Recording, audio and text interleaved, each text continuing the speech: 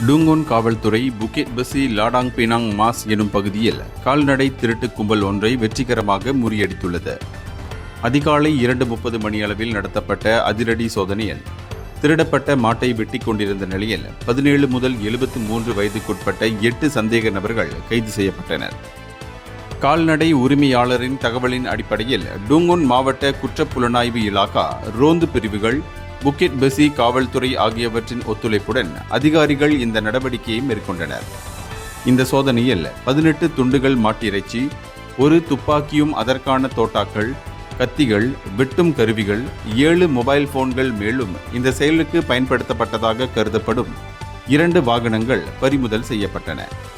சந்தேக நபர்களில் ஒருவரிடம் துப்பாக்கி வைத்திருப்பதற்கான சட்டப்பூர்வமான உரிமம் இருந்தது கண்டறியப்பட்டது.